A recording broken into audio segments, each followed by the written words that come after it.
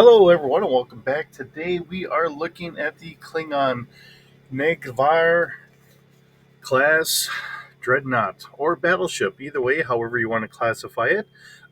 Weighing at approximately 4,310 metric tons, the Negh'Var is the flagship of the Klingon Empire, designed to be an imposing and formidable opponent. The ship is only brought out when the Empire mobilizes its forces.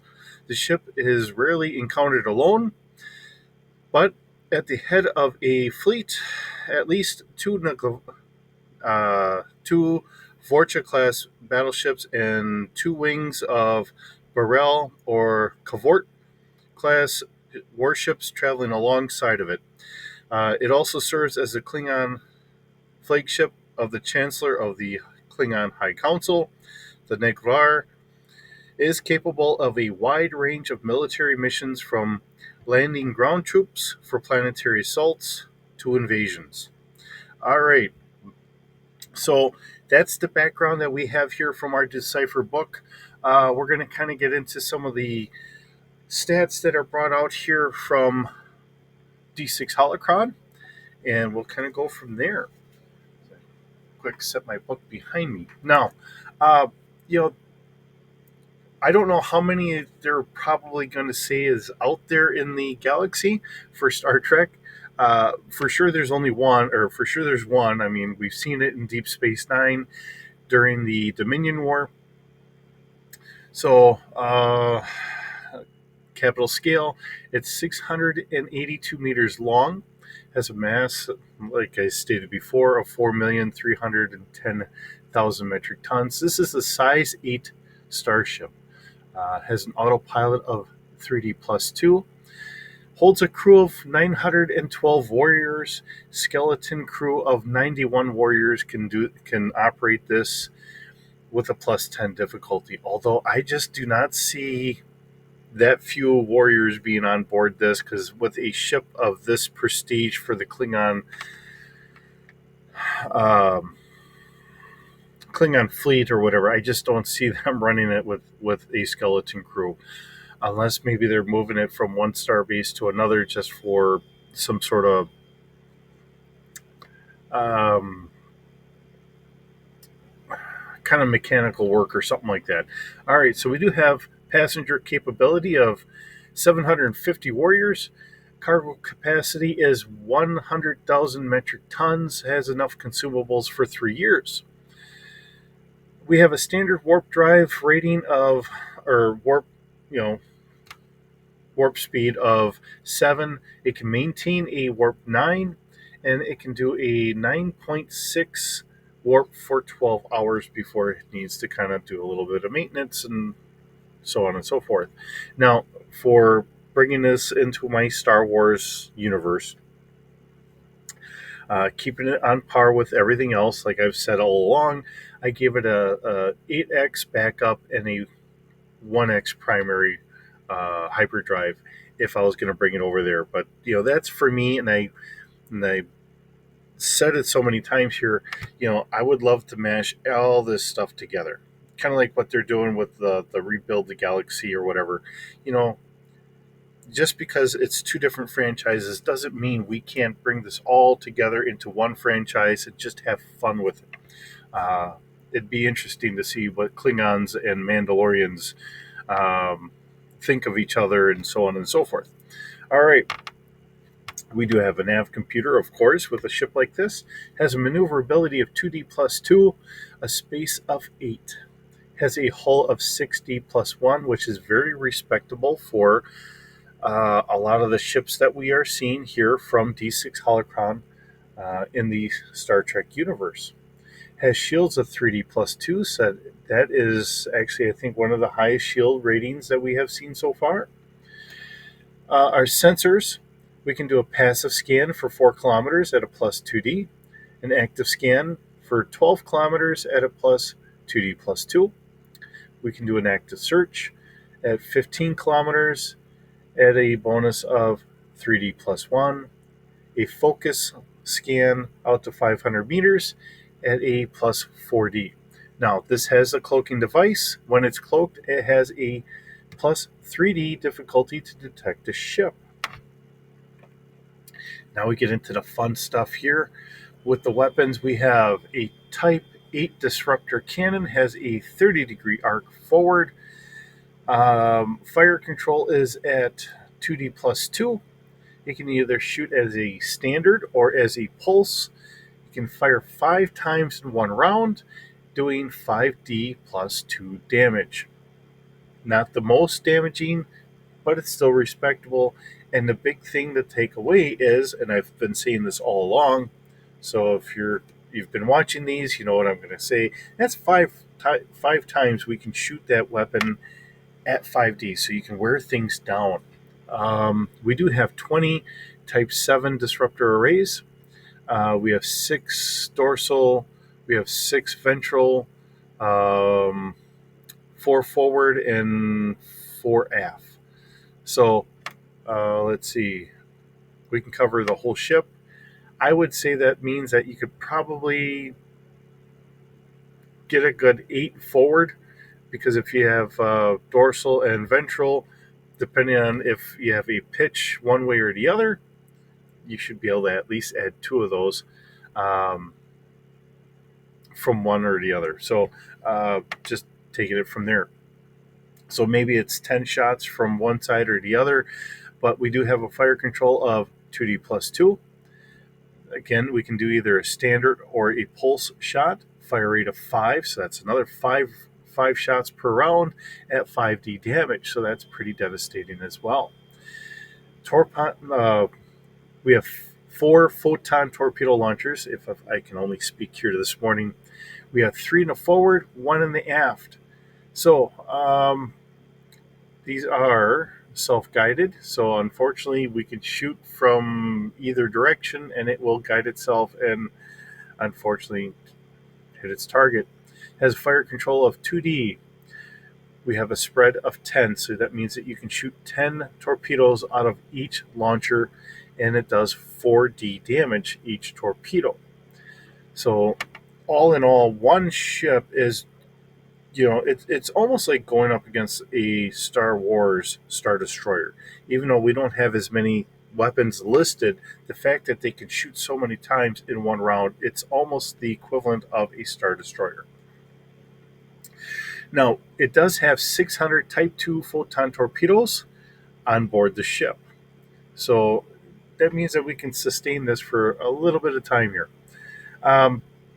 We do have 3 Delta class tractor beams, 2 forward, 1 aft. Fire control of 2D, strength is 4D plus 2. We also have 2 Alpha tractor beams for the shuttle bay. Fire control is 1D, strength is 3D. Now we do have crew quarters. We have barracks housing for 1,500 crew members, 200 Spartan quarters, 100 basic quarters, 50 expanded, 30 luxury, and 10 unusual quarters. Now this is 35 decks tall.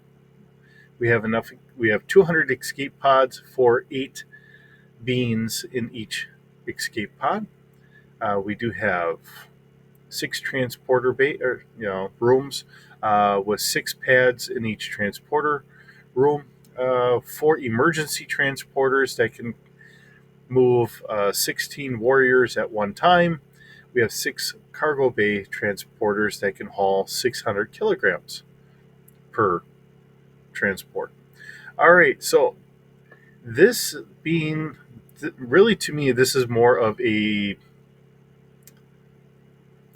Dreadnought would really make sense.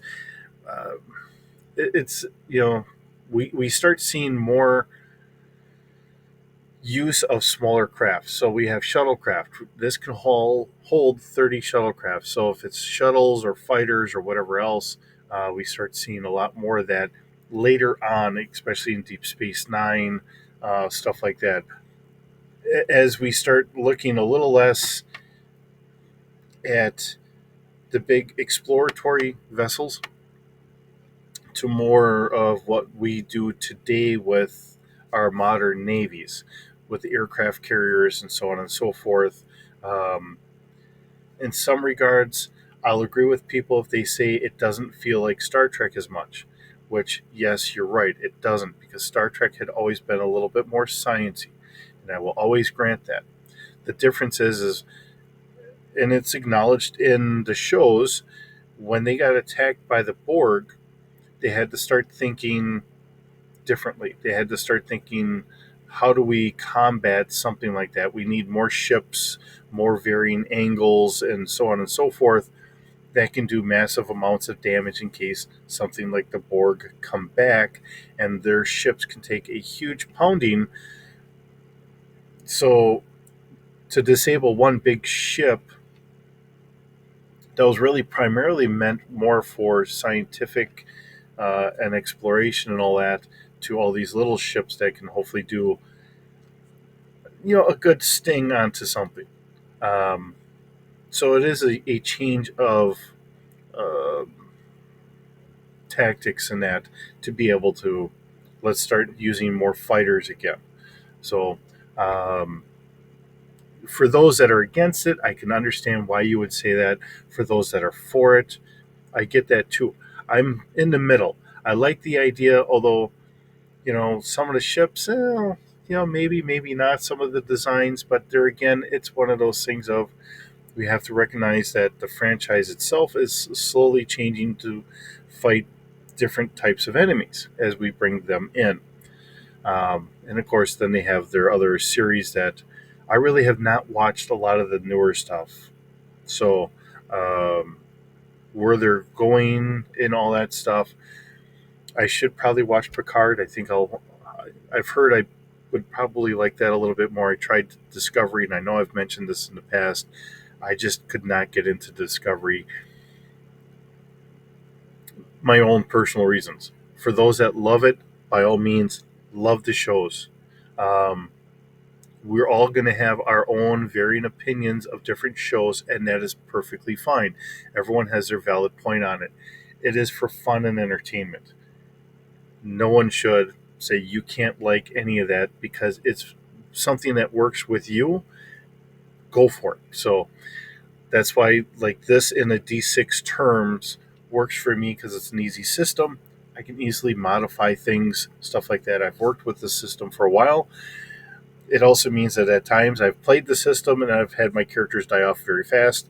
But it's just the things, and it's for the love and enjoyment of it all. Hopefully, this is something that you get into, or maybe you just like listening to all the different stats here from a different point of view. However, it is what it is. All right, so we'll read through their description real quick here. So, the Negh'Var class battleship is a large Klingon warship used in 24th century. Features, uh, excuse me, powerful new form of warship developed by the Klingon Empire in secret, with very few, even among the Klingon High Council, knowing the project's existence. It was a significant departure from traditional Klingon designs, which favored swift, agile vessels instead of offering heavy firepower and pure brute strength. The Negh'Var class ships were larger than Starfleet's Galaxy class ships and were capable of carrying a security detail of 2,700 personnel.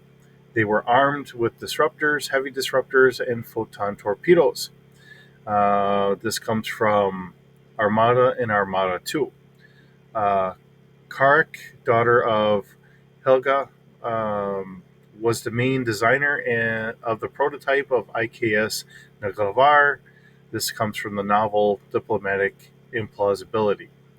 The history here: the prototype Negh'Var was launched in 2372 and became the flagship for the Chancellor during the Klingon Cardassian War. Episode The Way of the Warrior. So there we are. And of course, they get a lot of their information from Memory Alpha and Memory Beta. So, and all kudos go to those that actually worked on designing this in the format that D6 Holocron does, because they have a very nice flow of how everything is. I've said it many times before. Whenever I was doing this, I have very basic stats. So, with that, thanks for stopping by. Thanks for visiting. It's always wonderful to see you stop by. I hope you're having a wonderful day, and we'll see you in the next video.